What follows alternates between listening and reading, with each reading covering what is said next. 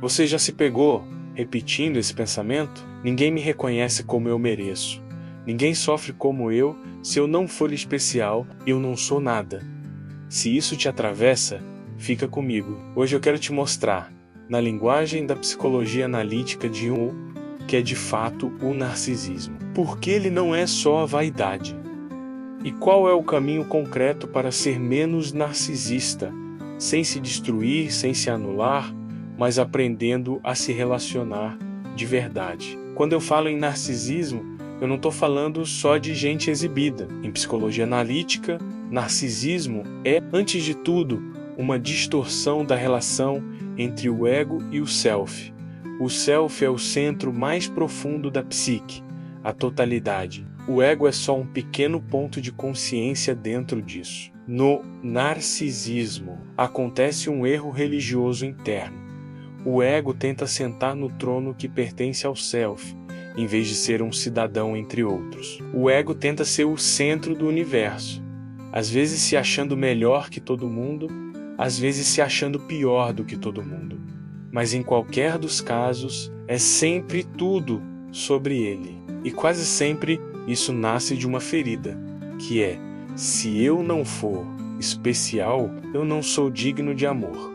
Esse narcisismo pode aparecer de formas diferentes. O narcisismo grandioso, em que a pessoa precisa ser admirada como único, acima da média, odeia ser criticada, tem muita dificuldade em dizer "eu errei". O narcisismo vulnerável, em que a pessoa sente tudo como ofensa, vive se comparando e sempre sai perdendo. Pensa, ninguém é tão incompreendido quanto eu. O vulnerável até parece o oposto do grandioso, mas é o mesmo eixo. O mundo inteiro é lido a partir de como isso me afeta. E até na espiritualidade isso aparece. A pessoa tem sonhos, sincronicidades, experiências fortes, e ao invés de perguntar o que o self quer de mim, conclui: eu sou especial, escolhido, diferente de todos. O ego se identifica com figuras arquetípicas como o herói, salvador, velho sábio, e perde completamente a autocrítica. E aqui vem o ponto mais importante. A solução não é destruir o ego, se humilhar, se apagar. Isso seria só narcisismo invertido. Eu não sou melhor que ninguém. Eu sou o pior de todos. Ainda é tudo sobre você. O caminho junguiano não é ser menos eu, mas sair do centro do palco e entrar em relação com o self, com o outro, com o mundo. E como mudar isso?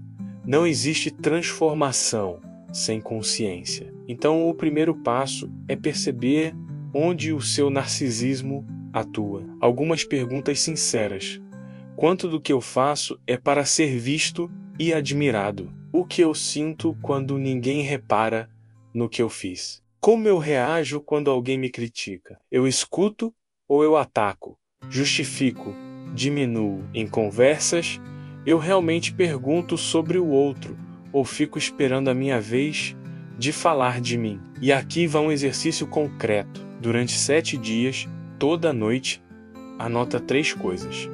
Uma situação em que você quis ser admirado. Uma situação em que você ficou irritado por não ser reconhecido. Uma situação em que você realmente conseguiu ouvir alguém.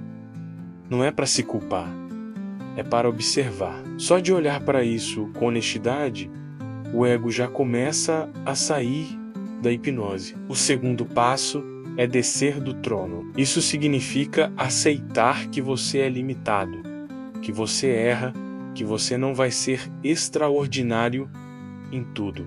Não como humilhação, mas como realidade humana. Para isso, escolha 1 ou 2 pessoas de confiança e conte para elas uma história sua de vergonha ou fracasso, sem se justificar, sem maquiagem, e termine dizendo para você mesmo: eu também sou isso.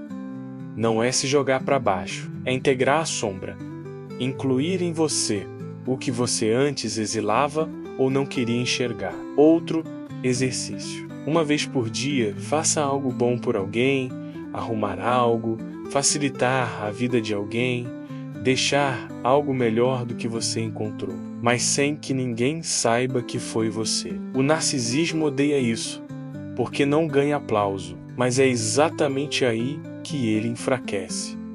O narcisismo é fechamento. A cura é relação viva, é eros, interesse real pelo outro. E aqui vai outro exercício. Em qualquer conversa importante, escolha fazer conscientemente 3 perguntas curiosas sobre a vida do outro. Como você se sentiu com isso? O que foi mais difícil para você? Do que você está precisando de verdade agora? E observe, surge impaciência, vontade de cortar e puxar o assunto para você, necessidade de mostrar que você sabe mais? Tudo isso é material de trabalho, não para se culpar, mas para perceber o quanto o ego ainda quer ser o centro. E numa camada mais profunda, a psicologia analítica convida você a lembrar que o centro verdadeiro não é o eu, é o self. Você pode simbolizar isso desenhando uma mandala no centro, em vez de escrever eu, escrever self. Ou um símbolo que faça sentido para você. Um sol, um coração, um leão, e colocar você, as pessoas, o trabalho, a espiritualidade em órbita. É um gesto simples, mas poderoso. Lembrar ao ego que ele faz parte da vida, mas não é a medida de todas as coisas. Ser menos narcisista não é se odiar, é aprender a se ver com mais verdade, suportar ser humano e se abrir para uma ternura real, por você e pelos outros. Em linguagem junguiana, o ego sai do trono, o self volta a ser o centro, e você começa a viver menos como personagem e mais como pessoa. Ser menos narcisista não é perder o brilho, é aprender a sair do centro do palco, para finalmente poder estar presente na própria vida. No fundo, o que o narcisismo esconde é uma fome antiga de amor, e é aqui que entra a próxima parte dessa jornada, a ternura. No próximo vídeo, eu vou te mostrar como a ternura pode ser o antídoto silencioso desse fechamento narcisista, e como ela abre uma porta secreta para um jeito muito mais encantado de viver consigo mesmo e com os outros. Se isso ressoou em você, fica comigo na continuação. A gente se encontra lá.